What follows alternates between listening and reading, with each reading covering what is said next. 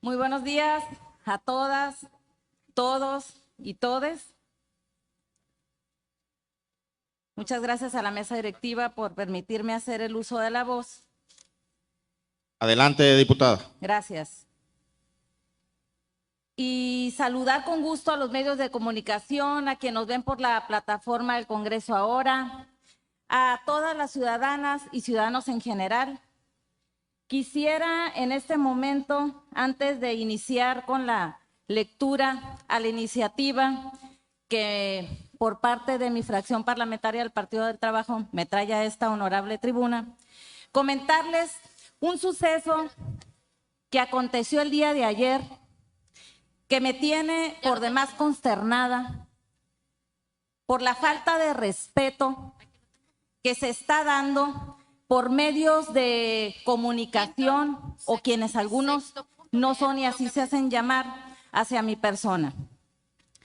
Brevemente les comento que el día de ayer tuvimos la comparecencia de las alcaldesas y el alcalde de nuestro estado de Baja California Sur aquí en la sala de sesiones para checar los temas que competen a la ley de ingresos para el ejercicio 2023, en los cuales, pues como parte de mi trabajo como legisladora, así como el del resto de mis compañeros, pues debemos de hacer un análisis profundo de ellas para garantizar a la ciudadanía de Subcalifornia que se haga realmente un uso debido de los recursos que ingresan a las arcas municipales.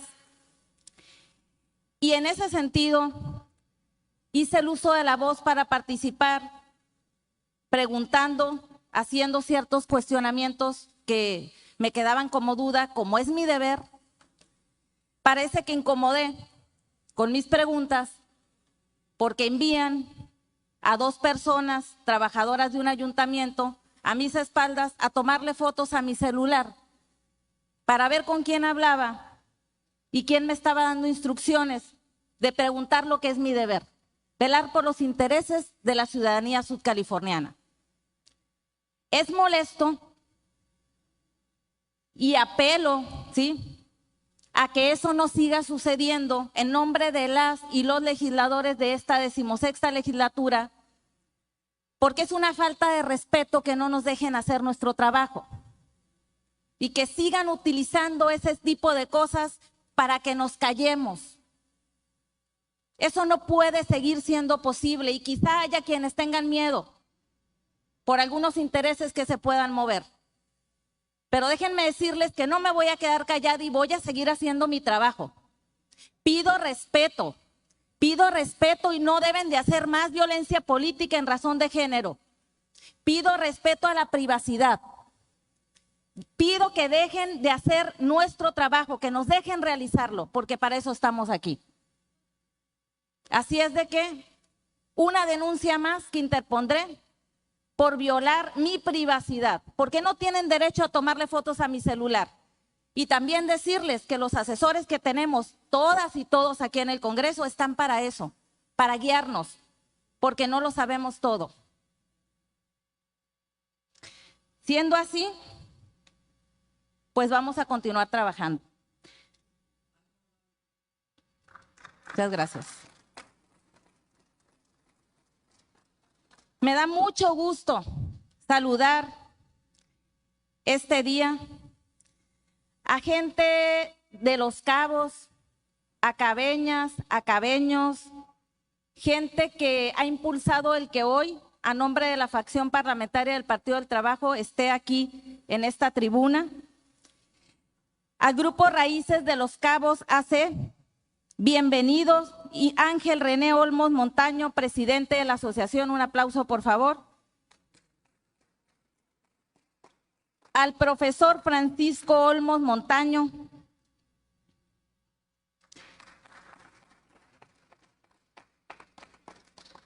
De la Asociación Civil Californios, Amigos de la Historia y Estudios Locales, Gilberto Amador Soto, presidente, bienvenido. Al señor Simón Mendoza, al señor Juan José Cabuto, a don Eligio Moisés Coronado, a la maestra Rosa María Mendoza Salgado, a los familiares de don Mauricio Castro Cota, Jaime Adalberto Castro Ceseña,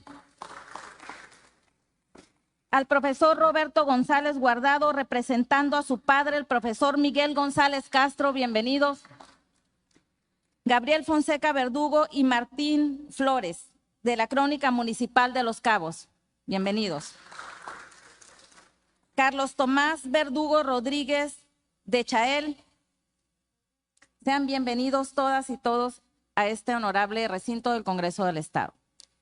Diputado José María Vilés Castro, presidente de la mesa directiva del primer periodo ordinario de sesiones correspondiente al segundo año de ejercicio constitucional de la 16ª legislatura del Congreso del Estado de Baja California Sur, presente. Honorable Asamblea.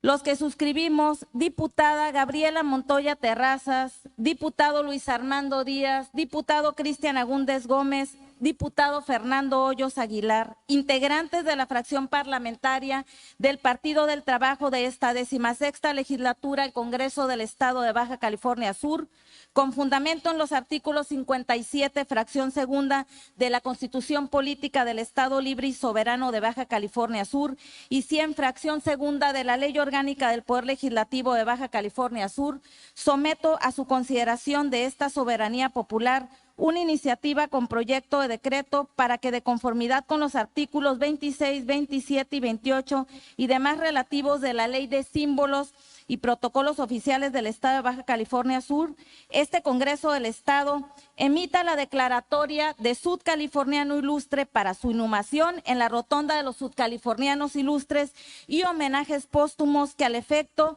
determinen para Mauricio Castro Cota bajo la siguiente exposición de motivos. Durante el ejercicio constitucional de la cuarta legislatura de este honorable Congreso del Estado, específicamente el 28 de febrero de 1985, fue publicado en el Boletín del Gobierno de Baja California Sur el decreto 505, por virtud del cual el Congreso del Estado de Baja California Sur decretó la formación del Consejo y se creó la Rotonda de los Sudcalifornianos Ilustres. El Consejo de la Rotonda de los Sudcalifornianos Ilustres era convocado por el Poder Ejecutivo para estudiar y analizar las propuestas enviadas por cualquier persona o grupo social, debiendo estas ser acompañadas de la documentación que acreditara las cualidades y atributos de aquellas personas que pudieran ser consideradas con los suficientes méritos para ocupar un lugar en la Rotonda de los Sudcalifornianos Ilustres. El primer sudcaliforniano ilustre en cumplir con las particularidades para ser considerado como tal fue el general José Manuel Márquez de León, según consta en el decreto 506, publicado en el Boletín Oficial del Gobierno del Estado de Baja California Sur el 28 de febrero de 1985 y que fuera aprobado por la cuarta legislatura el 5 de marzo de 1985. La primera sudcaliforniana ilustre, según consta en el decreto 524, publicado el 20 de octubre de 1985 en el Boletín Oficial del Gobierno de Baja California Sur, aprobado por la cuarta legislatura y alcanzar tan alta consideración, fue la maestra Rosaura Zapata Cano y sus restos descansan en la Rotonda desde el 15 de octubre de 1985. Por cierto, a la fecha es la única permite, mujer... diputada, si Sí. podemos hacer silencio para escuchar con atención a la diputada Gabriela Montoya, por favor. Gracias, presidente. Por cierto, ella es la única mujer entre los 7 condecorados con los que cuenta este pabellón cultural. El tercer y cuarto sudcaliforniano ilustre son los profesores Jesús Castro Agúndez y Domingo Carballo Félix, respectivamente, ya que fue mediante el decreto 548, publicado el 13 de mayo de 1986 en el Boletín Oficial del Gobierno, mediante el cual se autorizó que los restos mortales de ambos educadores descansaran en la Rotonda a partir del 15 de mayo de 1986. Y de Alfonso Cipriano Green Ceseña, insurgente sudcaliforniano que enarboló los principios del gobierno encabezado por Benito Juárez García y que luchó al lado del general José Manuel Márquez de León, fue quinto sudcaliforniano ilustre de conformidad con el decreto 568, publicado el 21 de octubre de 1986 en el Boletín Oficial del Gobierno del Estado. El general de división Agustino Lachea Avilés fue el sexto sudcaliforniano considerado como ilustre. Participó en la Revolución Mexicana, se desempeñó como secretario de la Defensa Nacional, fue gobernador de Baja California y de Baja California Sur, fue un todosanteño que sin duda tuvo las suficientes consideraciones para ser declarado como tal mediante el decreto 572, publicado el 14 de noviembre de 1986 en el Boletín Oficial del Gobierno del Estado. Finalmente, es hasta mayo 14 de 1990 que la sexta legislatura del Congreso del Estado declaró a través del decreto 764, publicado en el Boletín Oficial del Gobierno, que en la rotonda de los sudcalifornianos ilustres de nueva cuenta se levantara su séptima columna, la de Pablo Leocadio Martínez Márquez, por su gran obra en la educación y la investigación de la historia de nuestro Estado. Así las cosas. Ya han pasado 32 años sin que los sudcalifornianos alcemos la octava columna dentro de la Unidad Cultural Jesús Castro Agúndez, que es en donde se encuentra enclavado el tan referido mausoleo, en cuyo centro tiene colocada una lámpara votiva. De hecho, dicho monumento funerario está constituido por 4 secciones, cada una de ellas conformadas por 4 columnas con sus respectivos nichos para recibir las urnas, por lo que tiene capacidad para 16 nichos y solo se han utilizado 7 en 37 años. El Congreso del Estado aprobó en su 14ª legislatura la Ley de Estímulos y Protocolos Oficiales de Baja California Sur, misma que fue publicada en el Boletín del Gobierno del Estado el 31 de diciembre del 2017, derogando el decreto 505 que fue publicado el 28 de febrero de 1985, mismo que dio origen a la declaración de la Rotonda de los Sudcalifornianos Ilustres, pero dejó sin efectos al Consejo de la Rotonda de los Sudcalifornianos Ilustres y facultó al Congreso del Estado para regular de manera específica el protocolo para emitir la declaratoria de Sudcaliforniano Ilustre y su inhumación en la citada rotonda, así como los homenajes póstumos que al efecto se determinen, el cual está previsto dentro del capítulo 6, estableciendo un procedimiento ex profeso para tal efecto. Vida y obra de Mauricio Castro Cota. En 1794, la misión de Santiago fue suprimida por orden del gobernador Diego de Borica. Por tanto, fue abandonada, quedando sin sacerdote y bajo la jurisdicción de otras misiones, trasladándose a los pocos indígenas de la tribu Cora a la misión de San José del Cabo y al rancho de Caduaño. Las tierras de la misión de Santiago fueron concesionadas por el gobierno español al señor Salvador Castro, nativo de Loreto y abuelo de Mauricio Castro Cota. El 22 de septiembre de 1806 nace en San José del Cabo Mauricio Castro Cota, quien fue jefe político de la Diputación Territorial y luchó contra la invasión norteamericana. Seguidamente, en San José del Cabo, el 30 de noviembre de 1827, se casa con la señorita Josefa Acevedo. En 1839 bautizan a su hija María Serapia Castro Acevedo. En 1837, en la nueva división política territorial del régimen centralista, se extingue la Diputación Territorial y los ayuntamientos de La Paz, Loreto, San Antonio, San José del Cabo, cuyos alcaldes fueron sustituidos por los jueces de paz. Se estableció una nueva división política territorial de la península de California, otorgándosele a La Paz, Loreto, San José del Cabo el rango de prefecturas. El gobierno de la península quedó así: jefe político, licenciado Luis del Castillo Negrete; prefecto, Fernando de la Toba; subprefectos, Loreto, Juan Ibáñez; comondú, Miguel Mesa; Mulegé, José María Salgado; San José del Cabo, Mauricio Castro Cota; jueces de paz por San José del Cabo y Santiago, Juan Darío Escobar y Leocadio Araiza, respectivamente. El 12 de mayo de 1846, el presidente de los Estados Unidos de Norteamérica, James Polk, declara la guerra a México. La intención estadounidense era apoderarse de California y de otros vastos territorios al norte de la República Mexicana. El 13 de septiembre de 1846, las fuerzas navales americanas establecen el bloqueo en la Baja California, aislándola del resto de la República. El 14 de septiembre llega el buque de guerra estadounidense US Cian, comandado por Dupont, para apoderarse de la Plaza de la Paz. El comandante Dupont solicita al jefe político de La Paz, Francisco Palacios Miranda, declararse neutral en el conflicto, a lo cual éste aceptó. En febrero de 1847 se reunió en Santa Anita, población próxima a San José del Cabo, un grupo de patriotas sudcalifornianos dirigidos por Mauricio Castro, con la intención de organizar la defensa contra los invasores norteamericanos, y el 15 de febrero, al reinstalarse la Diputación Territorial, Mauricio Castro fue nombrado primer vocal de la Diputación.